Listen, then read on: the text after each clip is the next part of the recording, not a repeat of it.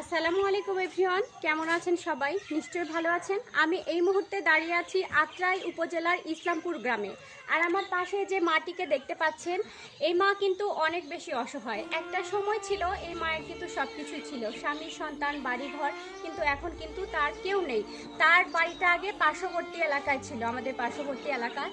তো তার সন্তান ছিল 3টা, এখন কিন্তু বাড়িঘর নাই। তো 3টা সন্তানের মধ্যে একজন ফরিদপুর কাজ করতে গিয়ে বজ্রপাতে মারা গিয়েছে। আরও 2জন আছে যারা ওনার কোনো খোঁজ খবর রাখে না। মা আসলে একদমই নিঃস্ব কিন্তু, আর খুব কষ্টে জীবনযাপন করতেছে। আর ইসলামপুর গ্রামবাসীর সহযোগিতায় কিন্তু মা একটি সরকারি ঘর পেয়েছে। আর এখন কিন্তু মা এই ইসলামপুর গ্রামে আর কি এই সরকারি ঘরের মা থাকে। তো আমার দুবাই প্রবাসী এক ভাইয়া মার জন্য কিছু টাকা পাঠিয়েছে, তো সেটাই আমি এখন মাকে তুলে দিব।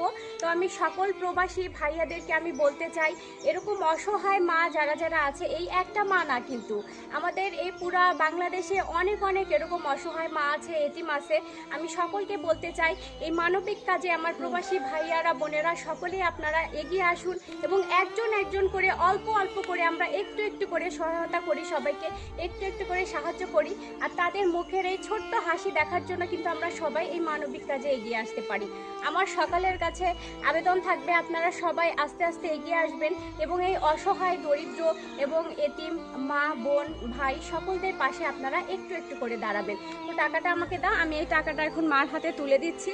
দুবাই প্রবাসী ভাইয়া মাকে এই টাকাটা দিয়েছে, আমি এই টাকাটা মার হাতে তুলে দিচ্ছি। মায়ের টাকাটা আমার দুবাই প্রবাসী এক ভাইয়া আপনাকে দিয়েছে, ভাইয়ার জন্য দোয়া করবেন আপনি।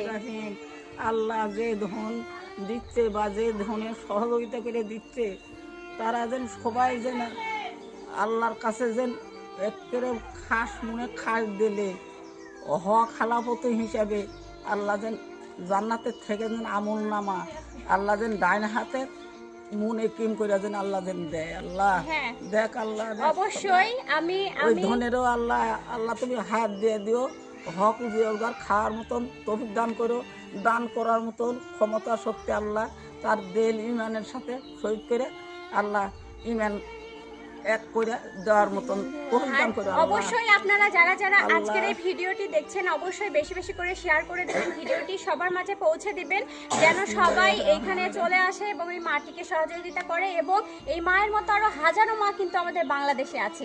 সবাই আপনারা প্রবাসীরা একটু একটু করে মানবিক কাজে এগিয়ে আসলে তাহলে কিন্তু সবার জন্য একটু একটু করে ভালো হবে। আমাদের আপনাদের প্রতি এই দাবি, সবাই আপনারা এগিয়ে আসুন মানবিক কাজে এবং সবাই সাথে থাকুন। আর অবশ্যই ভিডিওটি সবার মাঝে ছড়িয়ে দিবেন।